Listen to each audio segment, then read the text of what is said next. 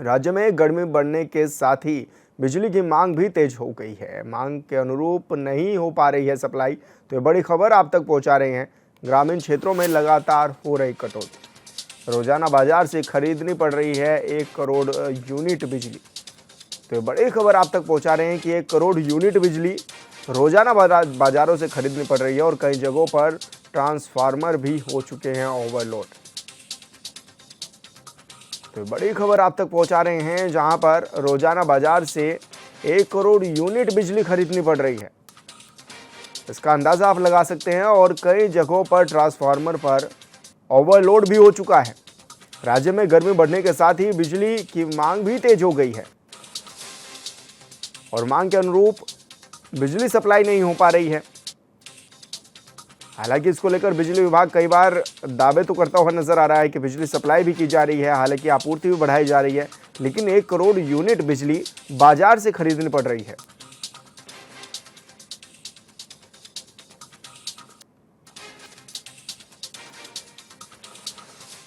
तो दिनों दिन गर्मी जैसे जैसे बढ़ रही है ऐसे ऐसे बिजली की मांग भी बढ़ने लगी है और अब लोग चाहते हैं कि बिजली मुहैया हो पूरी तरह से, लेकिन अब यह भी देखा जा रहा है कि बिजली किल्लत भी है और ट्रांसफार्मर पर लोड भी है। ज़्यादा जानकारी के लिए हमारे संवाददाता अमित रतूड़ी हमारे साथ लाइव जुड़ गए हैं।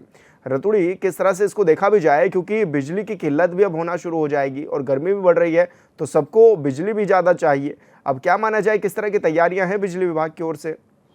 देखिए विशाल, आपको बताऊं कि जिस प्रकार से लगातार गर्मियां अपना प्रकोप दिखाना शुरू कर दिया है, लगातार गर्मी बढ़ती जा रही है।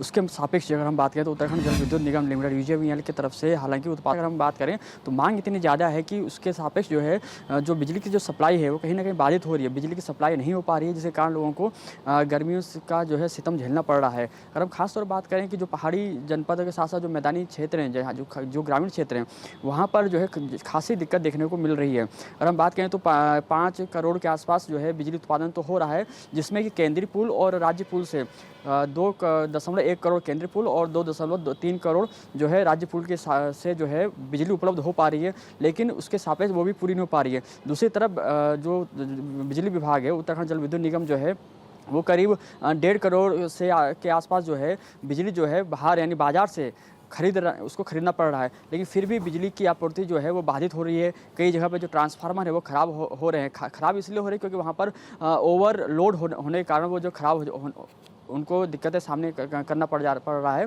ऐसे में अगर हम बात करें तो हालांकि बिजली एमडी हैं या फिर बिजली विभाग के जो सीनियर जो अधिकारी हैं जो शासन में बैठे हैं, उनका कहना यह है कि बिजली जिस तरीके से जो मांग है उसके सापेक्ष हम उनको उत्पादन हम कर रहे हैं और उत्पादन बढ़ा जरूर है, लेकिन जो मांग है वो ज़्यादा है। ज़्यादा होने के कारण जो है बिजली की सप्लाई जो है नहीं हो पा रही है ग्रामीण क्षेत्रों में। और शहरी क्षेत्रों में बात करें तो खासतौर पर उधम सिंह नगर की बात करें, हरिद्वार की बात करें या फिर देहरादून की बात करें शहरी क्षेत्र में, तो वहाँ पर लगातार ट्रिपिंग की घटनाएँ जो हैं वो इसलिए बढ़ रही हैं क्योंकि सप्लाई उस तरीके से नहीं हो पा रही जिसके सापेक्ष सप्लाई होनी चाहिए। तो ऐसे में कहीं ना कहीं लोगों को इसका दिक्कतों का सामना करना पड़ रहा है।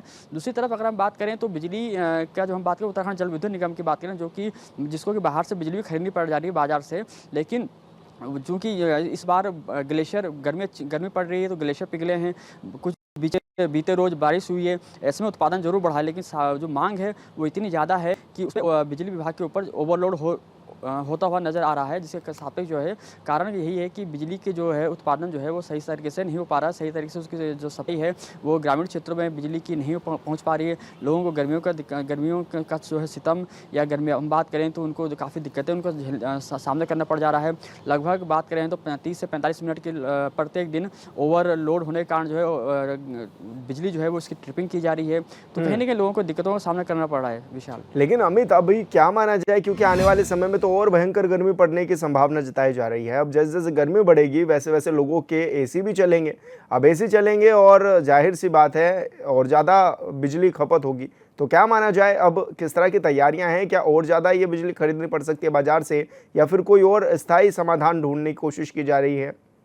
देखिए निश्चित तौर पर जो आपने कहा बिल्कुल सही कहा है कि ऐसे में चूंकि गर्मी लगातार बढ़ रही है और इस साल जो मौसम विभाग का कहना भी था कि इस बार जो है गर्मी जो है वो पिछले साल के मुताबिक जो है ज़्यादा पड़ेगी। ऐसे में जिस तरीके से अभी से समस्या सामने आ रही है बिजली को लेकर कि कल लगातार ट्रिपिंग हो रही है, कहीं पर ट्रांसफार्मर ओवरलोड हो जा रहे हैं, बिजली की जो सप्लाई लगातार बाधित हो रही है, जिस तरीके से जिसके सापेक्ष बिजली की जो मांग है वो बढ़ रही है लगातार। ग्रामीण क्षेत्रों की बात करें, शहरी क्षेत्रों की बात करें, तो ऐसे में बिजली जो विभाग है उत्तराखंड जल विद्युत निगम को बाहर से जो अतिरिक्त बिजली जो अभी खरीद रहे हैं वो 1 करोड़ के अनुरूप जो खरीद रहे हैं बाहर से वो और ज़्यादा खरीदेंगे वो, ताकि जो है ग्रामीण क्षेत्रों में के साथ साथ जो शहरी क्षेत्र हैं जिनको जो लोग वहाँ पर निवासरत हैं उनको किसी भी परेशानी का सामना ना करना पड़े गर्मियों के सीज़न के दौरान।